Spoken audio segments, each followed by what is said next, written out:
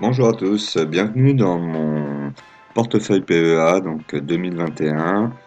Nous sommes dans l'épisode numéro 13. Je vous souhaite à tous une très bonne année, une bonne santé, et en espérant que cette année d'investissement soit aussi intéressante que l'année dernière.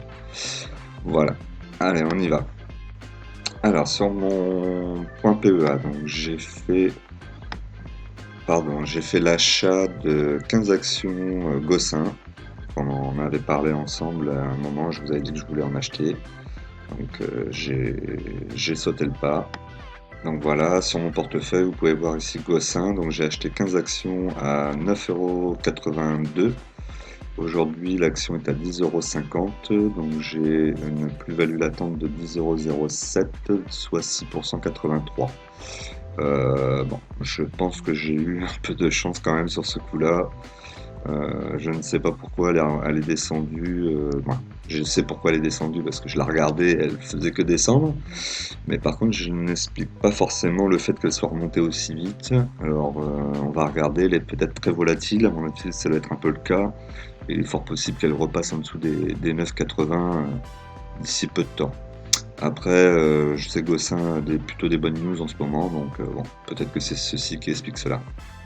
On verra bien, en tout cas une belle action, pas de dividende évidemment, mais ça va être plutôt pour de la croissance et revendre après. Donc il va falloir que je rachète des actions forcément, 15 ça suffira pas, si elles montent, je vais vite me retrouver coincé, à être obligé de soit tout vendre, soit tout garder. Donc c'est surtout ce qu'il faut que j'évite là-dessus.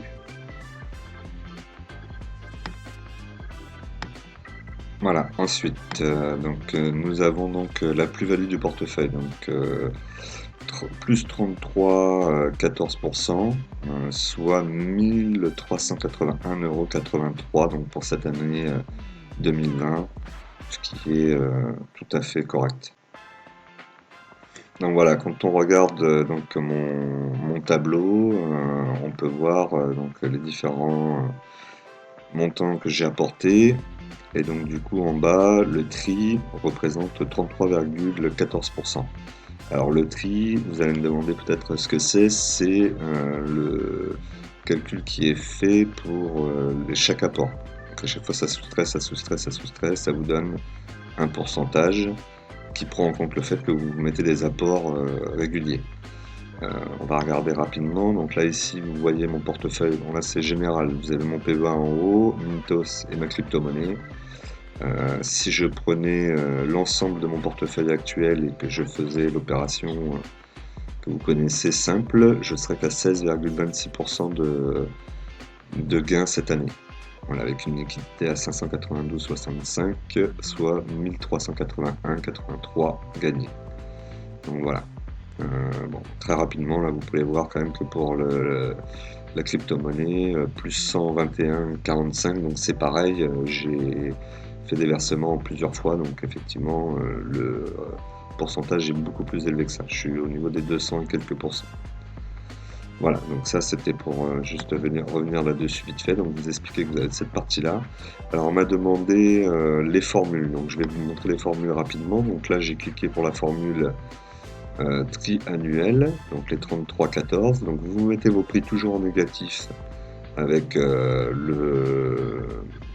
l'euro, pardon, excusez-moi. Voilà, ensuite ici vous y mettez le montant total de votre portefeuille. Et ensuite, donc pour la partie annuelle, vous avez ici la formule à retaper. Donc faites attention, hein, le C15 correspond ici pour moi à la ligne C jusqu'à 15. Donc 15, ça prend en compte la partie trimensuelle. Si vous êtes sur la partie D, par exemple, à la place du C, ça sera un D. Alors je le précise parce qu'on ne sait jamais, j'avais pas beaucoup de connaissances en informatique, j'en ai toujours pas beaucoup d'ailleurs, mais j'ai fait cette erreur-là, j'avais repris une formule, et en fait dans la formule de la personne que j'avais repris, il était en D. Et donc du coup moi sur cette partie C, je n'arrivais pas à voir le prix, je comprenais pas pourquoi.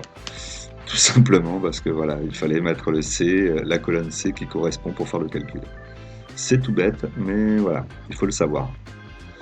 Donc voilà, donc là vous avez la formule en haut, je vous la laisse regarder, vous pouvez revenir aussi dessus. Ensuite la formule pour le mensuel, Voilà, donc là ici aussi, donc vous faites égal tri et ensuite entre parenthèses, toujours en reprenant votre colonne si c'est C ou D ou E. Voilà. Donc voilà pour cette partie-là. Ensuite, ici, ben, c'est moi qui le fais à la main, hein, il n'y a pas de formule particulière.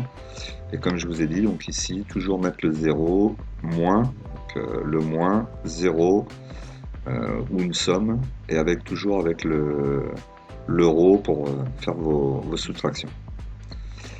Voilà pour cette partie-là. Pour cette partie ici, donc vous avez la formule ici. Ça, c'est un calcul simple. Vous prenez la somme totale que vous avez investie et la valeur de votre portefeuille, vous faites le ratio.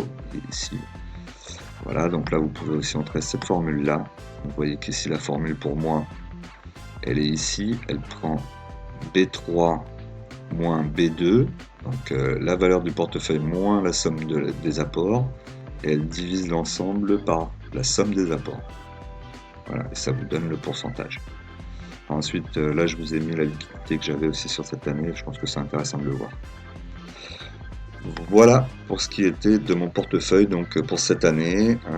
Si je veux quand même qu'on regarde ensemble la partie dividende. Voilà, donc, alors voilà, là on se retrouve sur mon tableau de dividendes. Donc là pour les dividendes, pas de changement pour les... Oups, pardon, excusez-moi. Pas de changement pour les dividendes de l'année. Donc j'ai bien eu mes 38,94 €. Donc maintenant, tout est fait. On va repartir sur un nouveau tableau. Alors là, je voulais vous montrer... donc là, ici, mes dividendes représentent 0,46% de mon portefeuille actuel. Donc sur les 8500 €, hein, je vous rappelle. Voilà, mon objectif ça va être d'arriver à 7% assez rapidement, j'espère. Ça va être compliqué. Mais bon, on va faire tout pour. Donc là, vous voyez qu'aujourd'hui, avec les actions que j'ai, je vous remets le tableau avec les actions. Donc là, ici, vous avez toutes les actions. Déjà, lundi 4, il y a déjà des coupons qui vont tomber de Total, donc je ne sais pas combien je vais récupérer. Donc l'objectif va être de récupérer, donc je vous ai dit 7% de dividendes sur la totalité de mon investissement. Pardon. Donc 7% sur la totalité de mon investissement. Donc là, vous voyez que je suis à 2,78 et je devrais avoir en principe un dividende estimé aux alentours de 101,44 €. Voilà. Donc, on va voir ce qu'ils vont en mettre. Il va falloir le faire gonfler au moins très rapidement. Si je pouvais au moins, comme objectif, me doubler les dividendes sur cette année, ce serait parfait. Voilà, donc là on retrouve Gossin qui se retrouve ici. On est dans la ligne des actions spéculatives, on va dire.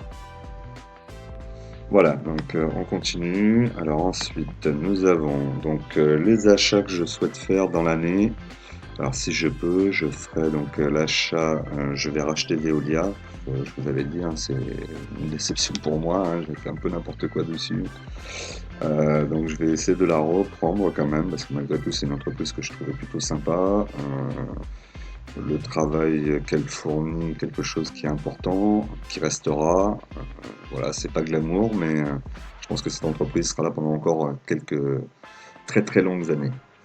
Voilà, donc je vais me remettre dessus. Donc comme je vous ai dit, comme je vous ai marqué en dessous des 19 €, moi je l'avais acheté aux alentours de 18,87. Donc si je peux essayer de rentrer en dessous, pourquoi pas. Voilà, ensuite, donc l'autre entreprise est Artefact, que je vous en avais parlé aussi au courant de l'année. Donc Artefact, une entreprise d'intelligence artificielle. Ça m'intéresse de rentrer sur l'intelligence artificielle. Je pense que c'est quand même quelque chose qui va exploser dans les années à venir, hein, c'est quasi sûr. Gossin, si je rentre sur Gossin, c'est aussi un peu pour ça, puisque c'est des engins de manutention et on ira de plus en plus vers des engins de manutention autonomes, hein, vous verrez. Voilà, et ensuite Neolife. Donc Neolife, je voulais rentrer sur une société qui fabrique des matériaux. Donc là, principalement des matériaux de construction écologiques, donc de la terrasse, du parement, voilà, des choses comme ça. De l'enduit de façade peut-être aussi. Voilà, donc je voulais rentrer sur une société dans ce style-là qui peut avoir de belles perspectives de croissance pour le futur. À voir. À voir, ça sera quand même de la spéculation parce que c'est une entreprise qui est pas très stable, on va dire. Voilà. Ensuite, les entreprises, les sociétés, les actions que je souhaite renforcer. Donc, Innate Pharma. Donc là, on voit qu'Innate Pharma, ben, elle fait un peu le yo-yo, hein, mais bon, c'est normal, hein. Donc là, elle est redescendue. On va essayer d'aller la rechercher. Je suis plus qu'à 4 centimes de mon PRU, donc je vais peut-être attendre soit qu'elle descende en dessous, soit je vais aller la chercher maintenant. Je vais remettre 100 euros dessus et attendre. Pour Nacon, ce qui concerne Nacon, j'ai un peu plus de perspective à long terme. Je pense que c'est une entreprise qui pourrait vraiment tirer son épingle du jeu. C'est qu'à de le dire, puisqu'elle est dans les jeux vidéo, sachant que le jeu vidéo explose en ce moment, mais je pense qu'il n'a même pas encore atteint la moitié de sa capacité future. Il faut savoir qu'aujourd'hui en Europe, alors, principalement en France, mais en Europe aussi, on a très peu encore de grandes vedettes du jeu vidéo. On n'a pas la télé qui nous diffuse des rencontres de jeux vidéo. Voilà. Et ça existe dans d'autres pays. Et ça explose dans d'autres pays. Donc je pense que tout ça, on va y venir petit à petit, hein. On sait très bien que tout ce qui arrive des États-Unis, 10-15 ans après, on l'a en France. Donc, parce que je pense que le jeu vidéo, et c'est sûr même, va prendre une importance colossale dans les années à venir. Notamment aussi avec la 5G. Et Eutelsat, comme je vous avais dit aussi, donc entreprise forcément qui m'intéresse par rapport à son dividende, hein, un dividende très important, un des plus gros. Donc forcément elle m'intéresse. Elle a du cash flow, elle n'a pas de problème de trésorerie, donc ça c'est bon. La problématique, comme je vous l'ai dit encore une fois, c'est qu'elle ne sait pas quoi faire de son argent puisque elle ne vend presque rien. Voilà, son activité est pas très. Ses comptes d'exploitation sont plutôt faibles. Donc ça peut donner l'impression que cette entreprise va disparaître dans quelques années. Bon, on va voir, ce sera pas demain de toute façon.